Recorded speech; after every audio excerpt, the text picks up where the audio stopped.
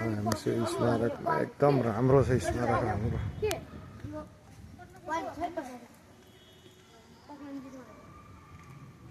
मनमोहन अधिकारी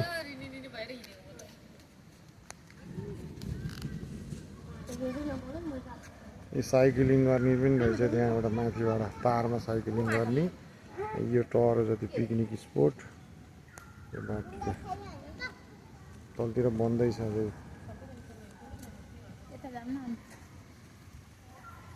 यस्तो मूर्तिहरू बनाएको